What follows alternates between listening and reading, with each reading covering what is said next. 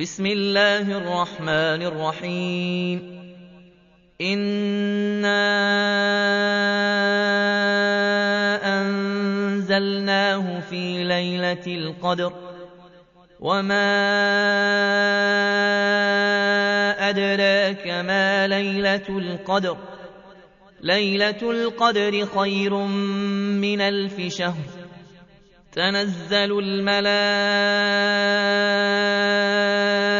والروح فيها بإذن ربهم من كل أمر سلام هي حتى مطلع الفجر.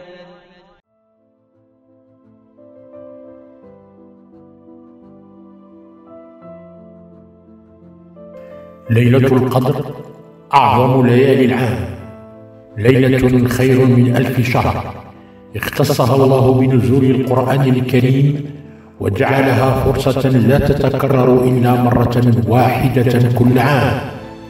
فيها تتنزل الملائكة بالرحمة والبركات ويعم السلام حتى مطلع الفجر. من قامها إيمانا واحتسابا غفرت له ذنوبه، ومن أخلص فيها الدعاء نال الخير العظيم. هي ليلة العتق من النار، ليلة تكتب فيها الأقدار ويستجاب فيها الدعاء وتضاعف فيها الأعمال الصالحة أضعافا مضاعفة. فيها تتبدل الأحوال وتفتح أبواب الرحمة والمغفرة لكل من أقبل بقلب صادق. فلنغتنم هذه الفرصة العظيمة بالصلاة والقيام وقراءة القرآن والتضرع إلى الله بالدعاء، طالبين الرحمة والمغفرة والقبول.